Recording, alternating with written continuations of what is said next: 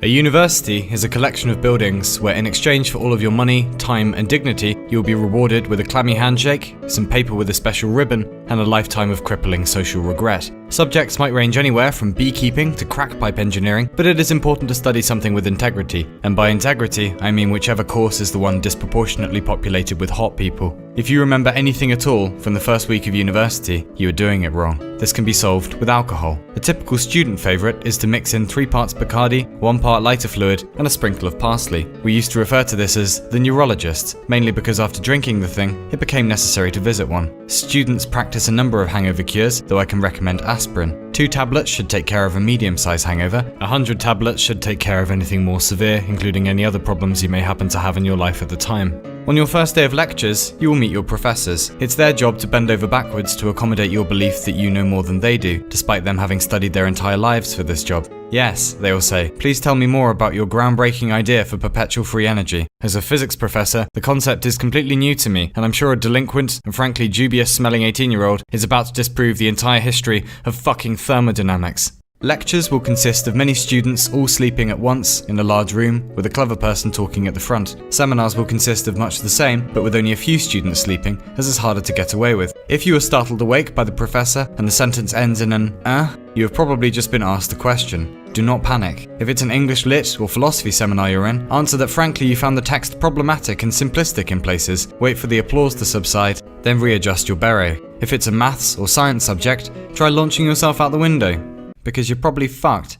You may find yourself sharing a prison block with Lovecraftian nightmare creatures who use body odor as a primal defense mechanism. Welcome to student accommodation. In the coming years, you'll probably have the opportunity to move off campus. Friends who you generally knew from eating lunch together or partying will suddenly occupy the room next door. It will seem inconceivable that someone so lovable only weeks before is in fact such a consummate filth wizard. No, just like all the other objects in the house, plates are of course self-cleaning. Please continue to stack them up in the sink like some kind of elaborate circus performance. Decency?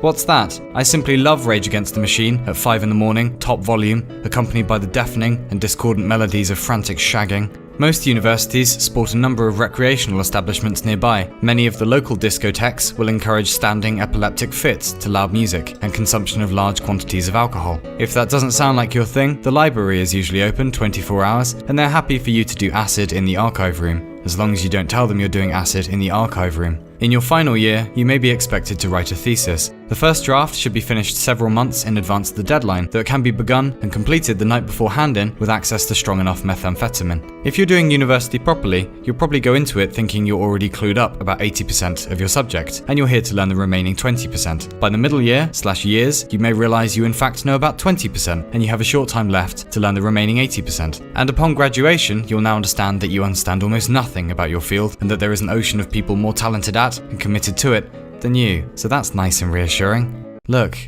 it's got a special ribbon on it.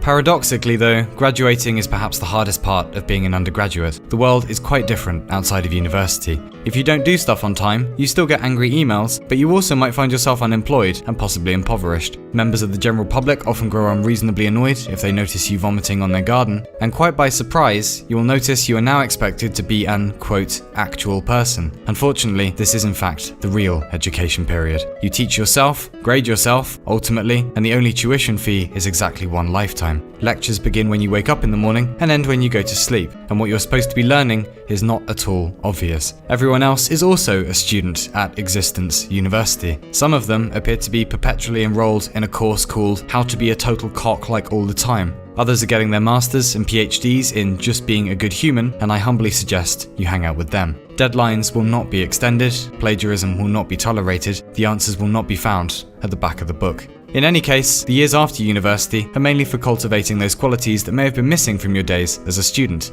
namely self-respect, personal hygiene, basic social skills, humility, and a tolerable personality. Or, if those don't sound appealing, why not make the most of that degree and catastrophically disappoint your parents by becoming a YouTuber?